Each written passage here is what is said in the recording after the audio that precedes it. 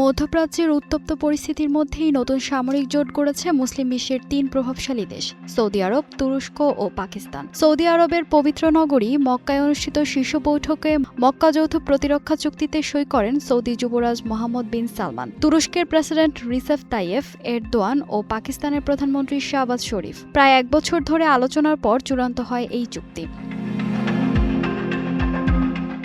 চুক্তির সবচেয়ে গুরুত্বপূর্ণ দিক হল তিন দেশের যেকোনো একটির ওপর সশস্ত্র হামলাকে তিন দেশের ওপর হামলা হিসেবে বিবেচনা করা হবে, অর্থাৎ কোনো একটি সদস্য রাষ্ট্র আক্রান্ত হলে তার প্রতিরক্ষায় সহযোগিতা করবে অন্য দুই দেশও। তবে সংশ্লিষ্ট দেশগুলো জানিয়েছে এটি সম্পূর্ণ প্রতিরক্ষামূলক চুক্তি এবং কোনো নির্দিষ্ট দেশকে লক্ষ্য করে জোটটি গঠন করা হয়নি। যৌথ সামরিক মহড়া, গোয়েন্দা তথ্য বিনিময়, প্রতিরক্ষা প্রযুক্তি এবং নিরাপত্তা সমন্বয় আরও জোরদার করার কথাও রয়েছে চুক্তিতে।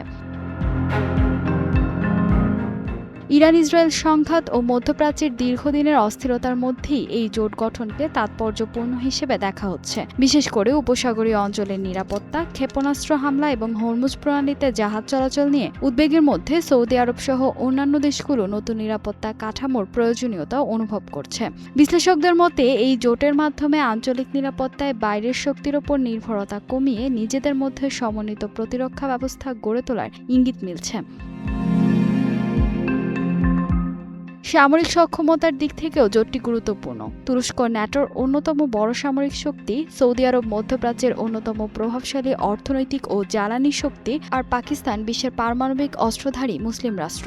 দীর্ঘদিন ধরে সৌদি আরব ও পাকিস্তানের মধ্যে সামরিক প্রশিক্ষণ এবং তুরস্ক পাকিস্তানের মধ্যে যুদ্ধজাহাজ ও প্রতিরক্ষা প্রযুক্তিতে সহযোগিতা রয়েছে। ফলে এই চুক্তি বাস্তব সামরিক সহযোগিতায় রূপ নিলে মধ্যপ্রাচ্যের নিরাপত্তা ও কৌশলগত ভারসাম্যে বড় ধরনের পরিবর্তন আসতে পারে।